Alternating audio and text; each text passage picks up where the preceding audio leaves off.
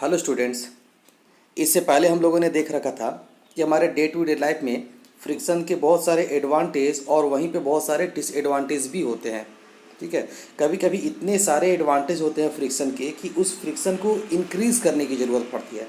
जैसे आपका चलना फिरना या कोई काम करना, ये फ्रिक्शन पे ज़्यादा डिपेंड करता है।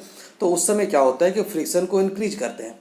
और कभी कभी तो ऐसा होता है कि फ्रिक्शन से बहुत सारे नुकसान होते हैं, जिस कारण फ्रिक्शन को डिक्रीज करने की ज़रूरत पड़ती है। जैसे मशीनरी पार्ट में फ्रिक्शन से हीट हो जाते हैं, खराब होने लगते हैं, डैमेज होने लगते हैं उसके parts. That's why we need to reduce friction. Okay, now see different methods to reduce friction. सबसे पहले हम लोग methods to reduce friction start करते हैं। उसमें हमारे पास है पॉलिशिंग, सरफेस को पॉलिश करना। Lubricating, lubricating that means oil और ग्रीज अप्लाई करना। यूजिंग बॉल बियरिंग, बहुत सारे रोटेटिंग मटेरियल में लगे हुए होते हैं। Separation of surface by air, दो सरफेस के बीच में एयर लाना, दो सरफेस के बीच में दो सरफेस को एयर से सेपरेट करना। एंड स्ट्रीमलाइन, ये फ्लूइड फ्रिक्शन में ज़्यादा यूज होता है। स्ट्रीमलाइन जो है फ्लूइड फ्रिक्शन के लिए। चलिए, तो हम लोग अब एक एक करके स्टार्ट करते हैं। सबसे पहले देखते हैं पॉलिशिंग। पॉलिशिंग में होता क्या है, सी एक्चुअली पॉलिशिंग में देखिए, if you polish the surface, अगर हम लोग किसी भी सरफेस को पॉलिश करते हैं, इट बिकम स्मूथ। सरफेस को पॉलिश करने के बाद वो स्मूथ हो जाता है, चिकना हो जाता है। And the roughness of the surface is reduced, और उससे क्या होता है ना, पॉलिश करने से सरफेस की रफनेस जो होती है वो डिक्रीज हो जाती है। और जब roughness decrease, all we know that roughness increases the friction. अब जब रफनेस डिक्रीज हो जाएगी तो उसका फ्रिक्शन भी रिड्यूस होगा। नीचे देखिए फिगर में दिया हुआ, आप इसके दो सरफेस को देखिए, एक सरफेस ये है और एक सरफेस ये है। ठीक है, ऊपर वाले जो सरफेस है ये पूरी तरह से पॉलिश किया हुआ है। तो आप देख सकते हैं कि ये जो सरफेस, अगर आप इस सरफेस पे चलते हैं तो इस पे आपको स्लिप करने की पॉसिबिलिटी बढ़ जाएगी, क्योंकि इसके पास फ्रिक्शन बहुत ही कम है।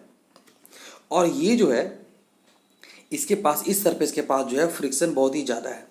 ठीक है, ऐसा इसीलिए क्योंकि ऊपर वाले सरफेस को पॉलिश किया गया है, नीचे वाले सरफेस को पॉलिश नहीं किया गया। Okay okay, next lubricating. What is done in lubricating? Actually in lubrication A lubricant is a slippery substance. Lubricant क्या होता है ना, स्लीपरी सब्सटेंस होता है।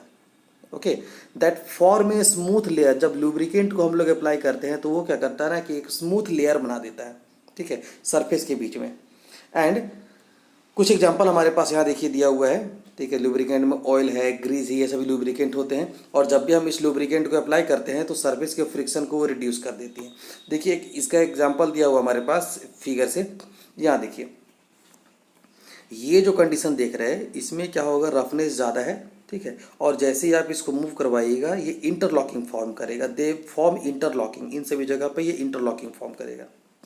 ठीक है, एक दूसरे में ट्रैप हो जाएगा। But see in this condition, देखिए इन दोनों के लेयर के बीच में ऑयल डाल दिया गया। अब इसमें क्या होगा कि जहाँ पे इंटरलॉकिंग करने की जगह थी वहाँ पे फ्लूइड मटेरियल या लुब्रिकेंट डाला गया है, ऑयल डाल दिया गया, तो इसकी इंटरलॉकिंग जो है कम बनेगी। ओके, यही हमारे पास दिया हुआ है, when the oil present in them and when nothing is present in them, sorry when oil is not present in them। Okay, और इसमें दिया हुआ हमारे पास जब ऑयल प्रेजेंट होते हैं तो उस समय क्या होता है कि दोनों के सरफेस, एक्चुअली में ऑयल या लुब्रिकेंट लगाने से दोनों के सरफेस एक दूसरे के कांटेक्ट में ज़्यादा नहीं आते हैं और फ्रिक्शन कम होता है। ठीक है, और एक ऑयल एक चिकना सरफेस बना देता है, स्मूथ सरफेस बना देता है दोनों के बीच में। That's why the friction is reduced. Okay, तो ये हमारे पास था कि how we reduce friction by applying lubricant. Okay, next is ball bearing. Actually what is a ball bearing? In a ball bearing lubricated smooth ball, ऐसे छोटे छोटे smooth ball होते हैं। ठीक है, इन सभी में ऑयल या ग्रीस लगा करके। ठीक है, lubricated and smooth balls roll freely between two surface. दो सरफेस के बीच में ल्यूब्रिकेटेड बॉल होते हैं। ठीक है, and convert sliding friction into rolling friction. और ये क्या करते हैं ना, स्लाइडिंग फ्रिक्शन को रोलिंग फ्रिक्शन में कन्वर्ट करते हैं। सपोज दैट कि अगर ये सरफेस है, ठीक है, ये सरफेस है, दो सरफेस है। अब अगर इन दोनों को, अगर इस दोनों को एक दूसरे से अगर मूव करवाएंगे एक दूसरे के सरफेस पे, तो ये कहाँ, यहाँ पे क्या बनेगा, स्लाइडिंग फ्रिक्शन बनेगा। और स्लाइडिंग फ्रिक्शन तो ज़्यादा होता है। इसमें क्या होता है कि अगर इन सरफेस के बीच में अगर रोलिंग बॉल लगा दिया जाए, ठीक है। तो अगर रोलिंग बॉल लगा दिया जाए तो ये जो हमारा स्लाइडिंग फ्रिक्शन था, ये जो हमारा स्लाइडिंग फ्रिक्शन था, ये रोलिंग फ्रिक्शन में कन्वर्ट हो जाएगा। और हम लोग सभी जानते हैं कि स्लाइडिंग फ्रिक्शन से कम जो है रोलिंग फ्रिक्शन होता है, तो अब ऑब्जेक्ट आराम से मूव करेगी। ठीक है। The area of contact also decrease. और इसमें क्या होता है ना, area of contact, suppose that कि अगर मान लेते हैं दो सरफेस है, इतने सारे एरिया कनेक्टेड है, अगर इन दोनों के बीच में अगर ये लगा दिया जाए तो इसके देखिए बहुत कम ही एरिया कॉन्टेक्ट में आते हैं, है ना। तो एरिया ऑफ कॉन्टेक्ट भी डिक्रीज करता है और इन सभी कंडीशन से क्या होता है, फ्रिक्शन रिड्यूस होता है। यहाँ पे हमारे पास देखिए दिया हुआ है दो फिगर आपके पास दिए हुए, एक है बॉल बिना विदाउट बॉल बियरिंग, ओके, एक विदाउट बॉल बियरिंग है और एक बॉल बियरिंग के साथ है। आप देख सकते हैं कि इस बॉल बियरिंग में फ्रिक्शन इतना ज़्यादा होता है कि इससे हीट प्रोड्यूस होने लगते हैं। ठीक है। और इसमें क्या है, बॉल बियरिंग जब लगा हुआ है तो ये स्लाइडिंग फ्रिक्शन को रोलिंग फ्रिक्शन में कन्वर्ट कर देते हैं और ये आसानी से मूव करता है, रोटेट करता है। ठीक है। तो ये एक मेथड है फ्रिक्शन को रिड्यूस करने का। Next separating friction by air. Actually में देखिए the layer of air between the two surface reduces the friction. Actually में क्या होता है ना, दो सरफेस के बीच में जब एयर का मॉलिक्यूल आ जाएगा तो एयर क्या है ना, एक फ्लूइड है। ठीक है। और फ्लूइड का जो फ्रिक्शन होता है वो सॉलिड के फ्रिक्शन से कम होता है। ठीक है। इस मेथड पे बहुत सारे ऐसे हैं, जैसे हॉवरक्राफ्ट एक ये मूविंग, एक समझ लीजिए कि मूविंग व्हीकल है एक तरह से, जिसमें व्हील नहीं होती है, ये एयर के प्रेशर पे काम करती है। एक्चुअली में इसमें क्या होता है ना, देखिए इसमें क्या होता है, एक फिगर हमारे पास यहाँ दिया हुआ है, इसमें क्या होता है कि एयर को नीचे प्रेस किया जाता है और दो सरफेस के बीच में जब ये एयर आता है, ठीक है, तब इसके बीच में फ्रिक्शन कम हो जाता है, बहुत ही कम, क्योंकि ये दोनों सरफेस एक दूसरे से सेपरेट हो जाते हैं। और उसके बाद जो है इस पर पीछे की ओर फोर्स लगा करके ये आगे की ओर मूव करती है। ठीक है। बट इसमें जो बीच में जो है गैपिंग, इसमें एयर आ जाते हैं जिससे फ्रिक्शन कम हो जाता है। ठीक है। तो इस तरह से हम बोल सकते हैं कि ये एक ऐसा तरीका है जिसमें दो सरफेस के बीच में एयर को ला करके फ्रिक्शन को बहुत ही कम किया जाता है। ठीक है। अच्छा, स्ट्रीम लाइन। एक्चुअली में अब देखिए stream line, what is stream line. Stream line में एक्चुअली में क्या होता है, a stream line shape allow air और water to flow around it very easily. जब ये स्ट्रीम लाइन ऑब्जेक्ट जो होते हैं, एक शेप है जो फ्लूइड फ्रिक्शन में काम करता है ज़्यादातर। ठीक है। फ्लूइड फ्रिक्शन को रिड्यूस करने के लिए ये यूज किया जाता है, ये मेथड यूज किया जाता है। इसमें क्या होता है कि स्ट्रीम लाइन, ठीक है, जैसे ये स्ट्रीम लाइन होगी, ये जो है आगे की ओर इस तरह से स्ट्रीम लाइन, तो स्ट्रीम लाइन में क्या होता है ना कि एयर का मॉलिक्यूल जो है आराम से मूव करता है। ठीक है। इस पर कोई इसमें कोई भी ऑपोजिशन नहीं होता है। ठीक है। बहुत ही कम होता है, ना के बराबर। ठीक। तो ये जो हमारे पास दिया हुआ है, due to this they offer less fluid friction. अब मान लेते हैं जो फ्लूइड है, एयर या वाटर है, अगर वो आसानी से मूव करेंगे तो वो मूविंग ऑब्जेक्ट पे कम फ्रिक्शन प्रोड्यूस करेंगे। जैसे हमारे पास देखिए यहाँ पे चार फिगर दिए हुए, 1 2 3 4। आप देख सकते हैं कि ये जो हमारा फिगर है, इसमें देखिए इसका शेप इस तरह से है और ये वाटर को ज़्यादा रोकता है। जब ये वाटर के मॉलिक्यूल को ज़्यादा रोकेगा तो वाटर इस पर फ्रिक्शन ज़्यादा लगाएगी। ठीक है। ये एक स्फेरिकल सरफेस है, इसमें भी फ्रिक्शन लग रही है, वाटर मूव कर रहे हैं बट उतने आसानी से मूव नहीं कर रहे हैं। ठीक है। तो इस पर भी क्या होगा, फ्रिक्शन लगेगा। हालांकि इस ऑब्जेक्ट से तो इसमें कम ही लगेगा, सबसे ज़्यादा इस ऑब्जेक्ट में फ्रिक्शन लगेगा। ठीक है। अच्छा, और भी हमारे पास देखिए, अब इस शेप को अगर और भी स्ट्रीम लाइन किया जाए, ये देखिए इसमें हमारे पास दिया हुआ है कि इसका जो शेप है, इसमें वाटर हमारे फर्स्ट दो फिगर से ज़्यादा आसानी से मूव कर रहे हैं।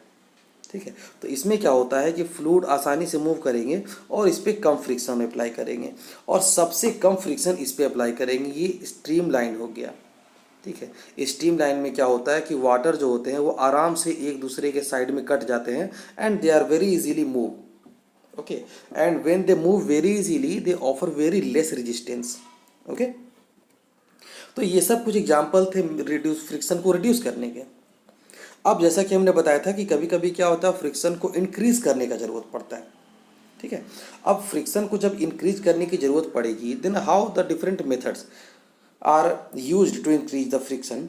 सी, first of all pressing the surface, ये हम लोग सभी ने देखा था कि जब आप प्रेशर बढ़ाते हैं दो सरफेस के बीच में, जब एक दूसरे के बीच में प्रेशर बढ़ाते हैं तब ये सरफेस, ये दो सरफेस जो है एक दूसरे के ज़्यादा क्लोज आते हैं। They come closer by applying pressure and when they come closer the interlocking between them will increase. Okay, using brake pads, आप देखते होंगे कि व्हीकल वगैरह में ब्रेक पैड यूज होते हैं। By making treads in the tyre, tyre में जो ग्रुप्स होते हैं, खांचे बनाए जाते हैं। By applying coarse substance, coarse substance जैसे आप देख लीजिए डस्ट जैसे होते हैं, पाउडर टाइप के सब्सटेंस होते हैं, ठीक है। बाय मेकिंग ग्रुप्स और स्पाइक्स, ये डिफरेंट मेथड है फ्रिक्शन को इंक्रीज करने के। Now let's start one by one about this. See, pressing the surface together, when we increase pressure between the two surface, then surface comes closer to each other. When we apply pressure between on the two object, okay, then the surface comes closer, surface एक दूसरे के ज़्यादा close आते हैं और जो interlocking की जो वैल्यू होती है, मैग्नीट्यूड होती है, वो इंक्रीज हो जाती है। और जब इंटरलॉकिंग दो सरफेस के बीच में, इंटरलॉकिंग मतलब क्या, मॉलिक्यूल एक दूसरे में ट्रैप हो जाते हैं। तो जब ये इंटरलॉकिंग बढ़ेगी तो फ्रिक्शन भी बढ़ेगी। अब यहाँ पे एग्जांपल देख लीजिए, ठीक है। एक नॉर्मल फोर्स का मतलब ये नॉर्मली प्रेशर अप्लाई हो रहा है, ये नॉर्मल फोर्स एक ऊपर से एक नीचे से, ठीक है। अगर अप्लाई करते हैं तो ये जो जितने गैप हैं प्रेशर अप्लाई करने के बाद, ये देखिए ये इस तरह के हो जाएंगे।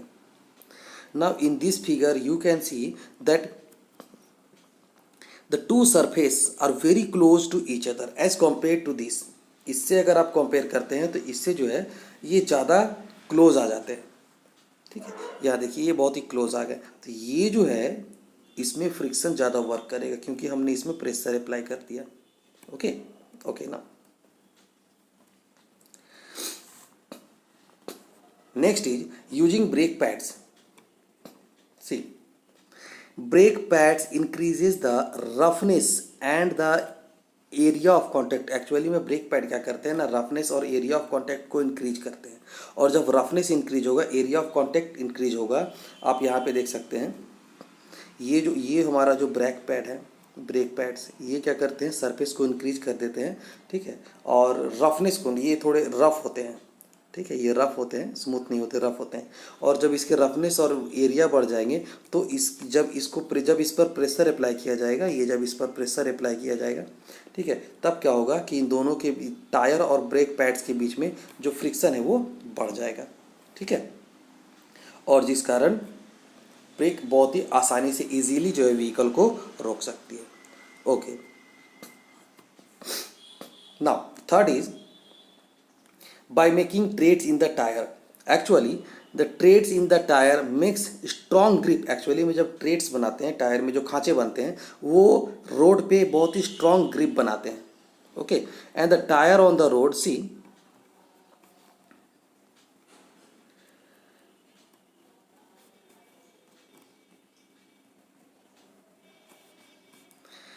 this increases the friction। Okay, जब ये स्ट्रॉन्ग ग्रिप बनेंगे तो फ्रिक्शन इंक्रीज होंगे, किसके बीच में, टायर और रोड्स के बीच में। ओके, आप इस तरह के टायर्स को देखे होंगे, ठीक है। ये I think you have seen, इस तरह के जो ग्रुप्स बने होते हैं टायर में, ठीक है। ये जो ग्रुप्स हमारे बने हुए होते हैं टायर में, आप इस तरह के ग्रुप्स को देख सकते हैं, ठीक है। ये क्या होते हैं, एक तरह से ग्रिप इंक्रीज करते हैं, ठीक है। ये ग्रिप को इंक्रीज करते हैं, ठीक है। ग्रिप के मतलब जो पकड़ जो होती है टायर की रोड पे इंक्रीज करते हैं, और जिस कारण जो है टायर जो है बिना स्लिप किए आसानी से चल सकते हैं, ब्रेक अप्लाई करने पर रुक सकते हैं फ्रिक्शन के कारण, ठीक है। अब आगे देखते हैं,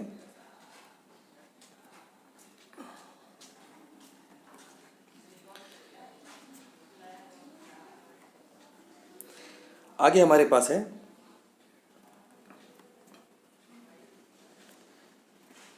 सी,